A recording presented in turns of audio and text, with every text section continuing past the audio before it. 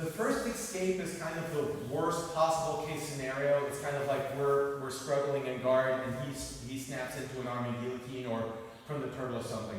The second one is a bit more sneaky, but it's more of a situation where I went for a single or a double leg and he countered my single or double leg, okay?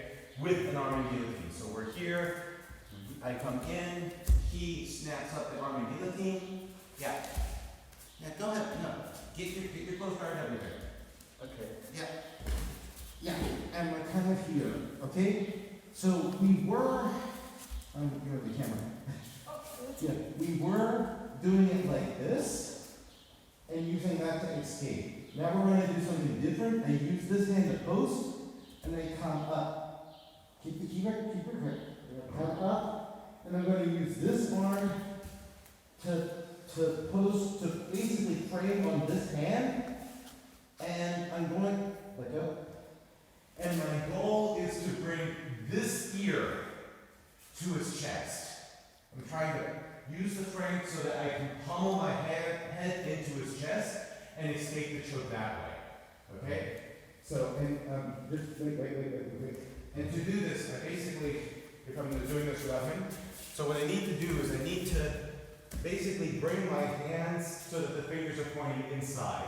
And that gives this bicep a nice frame on his arm, okay? It's not pleasant. I'm going to say it right now. He can get a nice good crunch on your head, but it takes the edge off the choke. It's the same thing as when I brace on your hips. Again, it's not pleasant, but it makes the choke a lot harder to finish. Okay, and from here, it's the same sort of thing as what we were doing when we were doing the escape. I start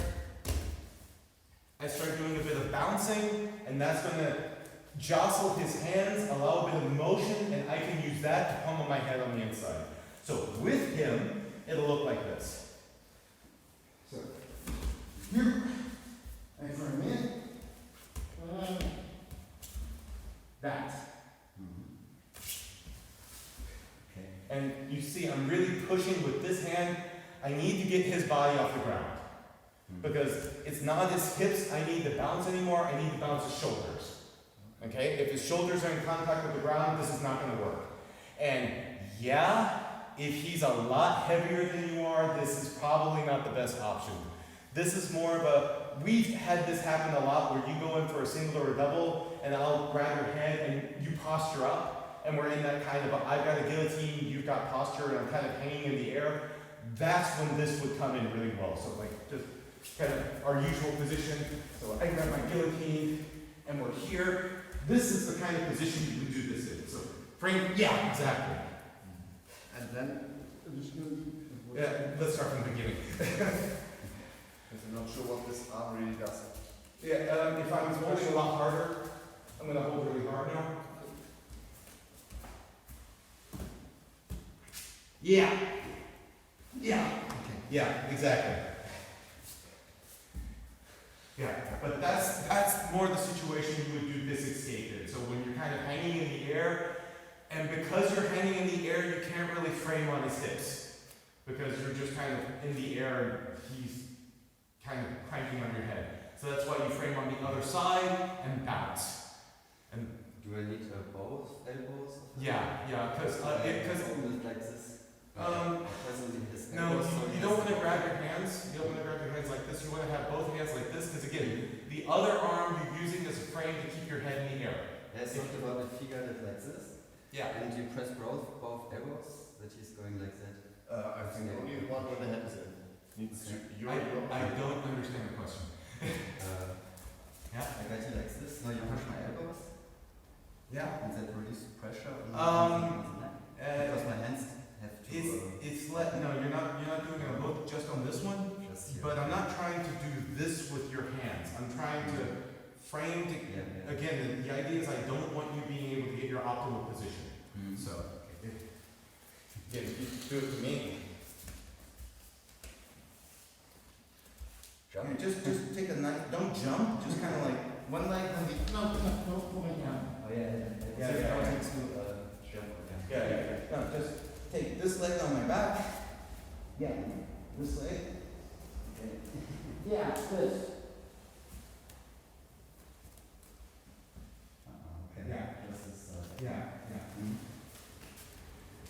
because you've got to remember, you've got this arm in an overhook. I'm not going to be able to frame on the other arm. Yeah. And we're trying to turn our face to the... Yeah, exactly. If I'm here, I'm trying to look in the other direction, basically. Okay? Again, limited number of options. It's not as common as the previous one, but again, we land in this position all the time. You and I, we do this all the time. So it's a good option, especially if you're trying to work on your stand-up. You're going to land in this position, and he can tell you, having done this with me very often, it's really annoying to go for a single leg just to land in someone's guillotine. Yeah. No, one for me. Exactly. I think this is going to be the one you really excel at. Okay? So, partner up. Let's do some practice. And let's try and get the weight a little bit similar. So, okay? So just something he was asking in terms of what happens after you get out of the choke, because you're technically still in the closed guard. So if he gets me, okay, I'm here, and the minute I notice my head is out of the choke, I immediately posture up and go immediately in my closed guard escape. Okay? So don't just kind of oh yeah, I'm in the closed guard, because then yeah, he's going to sweep you and immediately start doing his ground game. So the minute you get your head out, you immediately posture up, and that is like priority number one. You get in here, and right here, immediately posture up. Even if he gets my legs, I've already opened here. I can start pressuring into him, get my knees in. Now I'm pretty safe. I mean, not to say he can't sweep me, but it's a lot harder now for you. Okay, so that's what you want to keep in mind when you're doing this escape as well. You do have to think of the closed guard afterwards, and the minute your head is out, immediately posture up and start attacking the knee to get out of the closed guard. Okay? Yes. So, just let me make myself pretty. So, those are your two main arm and guillotine escapes from the closed guard. So the one we did last Thursday, and then this one. Now, what we're going to do is the arm and guillotine escape from the half guard. Okay? And this is important, I think, just because 90% of the arm and guillotines you're going to land are going to be in half guard. Closed guard is great. That's the best possible situation to do an arm and guillotine in, but most of the time you're going to be in half guard just because it's an easier guard to get. So, he gets his closed guard, or half guard. Yeah. Okay, so, yeah, exactly. This is the first thing we have. We have this hip, and actually this is already helping me the way he's doing this, okay? Like when you're wanting to do an arm and guillotine, counterintuitively, you don't want this hook to be so deep in. You want it to be here, and you want to, you want to have it nice and shallow, and you want to, it's hard to see, lift this leg up. You've got kind of it might be easier for you to come over here. He's got kind of a sticky hook on my shin, okay? So he's hooked shallow, and he has a little bit of a twister hook. So that if I'm here, and I'm just trying to move my leg, this is actually kind of hard. He has a good control over my leg now. If he puts it in, I can actually get it out more easily. So you want to paradoxically have a nice shallow hook, and you want to make sure you get a sticky twister hook on his shin so that it's hard for him to move. So, back to get your okay, so from here, I have 2 points I want to control. One, like before, the hip. I'm going to get a hand on the hip and square his hips to me. And the other, I'm going to take this hand and shove on his knee to get rid of this twister hook. Now I can move my leg more free.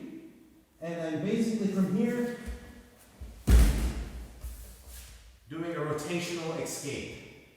It's very similar to the last escape in that my goal is to pummel the outside ear to his chest. I'm essentially doing the same thing, but now with a back step rotational movement. And I'm not necessarily conceding, but I'm taking the risk of conceding bottom position to escape the choke. Obviously, we don't want to concede position, but bad position is better than getting choked. You can work out of a bad position, getting choked means you eventually start to sleep. So, and really important is when I do this, there's 2 points of control with my upper body. So right now I'm on my head, push his hips, push the hook in, I'm going to concede over, and now I'm making sure I have my weight on his body. You can tell probably from the fact that my voice doesn't sound as strained that the choke is pretty much gone. And from here I can even start hand fighting to get his hands free. But most importantly, when I have my weight on him like this, he can't just turn into side control on me. So I have a nice control. If I want to make it even better, I can take the leg. Yeah, so it's not an optimal position, but I can control him fairly well from here. From here, I can just turn into a normal side control. And really important, you're not really doing a somersault. It's kind of more like a back step. We do this all the time when we're passing guard, which is kind of from here, pushing on the hips, pushing on here, and just coming like this, okay? So don't think that you're cartwheeling on your head. Don't worry about breaking your neck with some strange acrobatic movement. It is just a back step. Okay? Any questions? Okay, then partner up and let's escape some more chokes.